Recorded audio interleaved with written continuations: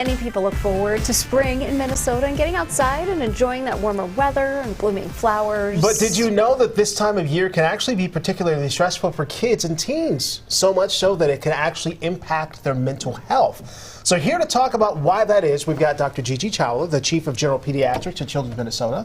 Always great to see you. Thank you for having me again. So what are we seeing this spring when it comes to kids and teens? Why the extra stress this year? Well, I think there, unfortunately, is a lot of seasonality to the stress that kids experience. It's not the same type of seasonality of like actual weather seasons, but just a seasonality to stress that kids experience in their day-to-day lives. And we see that from a mental health standpoint. We actually see it with volumes of kids coming into the emergency room in crisis. So that some of those seasonal mental health type peaks are in the spring and actually around the holidays. And both of those are for really good reasons. Those are stressful times for kids, I think. Why the spring though? Because at least when I think about my own family, it's sort of like the end of the year. There's just like the school year is still going on. What is it about spring? Yeah, it's so interesting, isn't it? Because for all of us, it's such a time of celebration, right? Like, oh, the newness of summer and everything else. But just that amount of change can be really stressful for kids.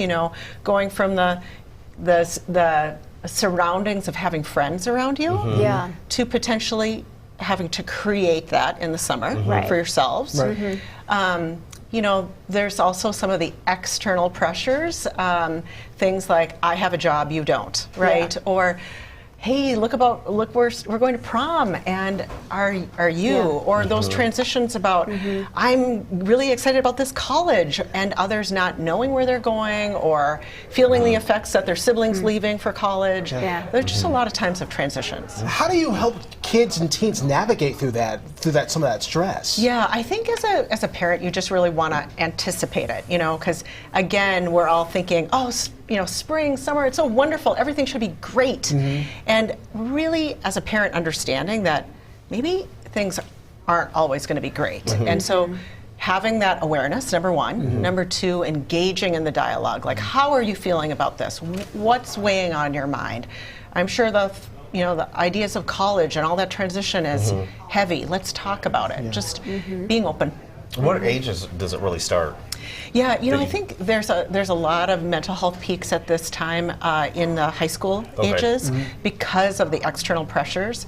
But even for little kids, there's, in some of the middle school years, just the degree of transition that they're going to be experiencing between spring and summer, even if it's good transition, is anxiety provoking. Right.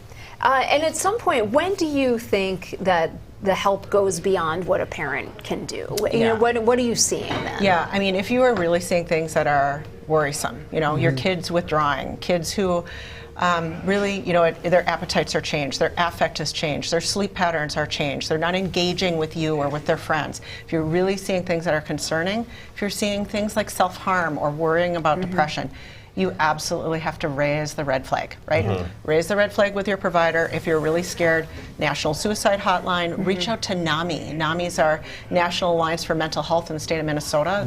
Wonderful resource for connections. Something to definitely think about, like you mentioned, it may not necessarily be top of mind, but kids and teens could be struggling this time of year. Absolutely. All right, Dr. Gigi, as always, thanks for joining us. Thanks for having me. So in school and even in life, some people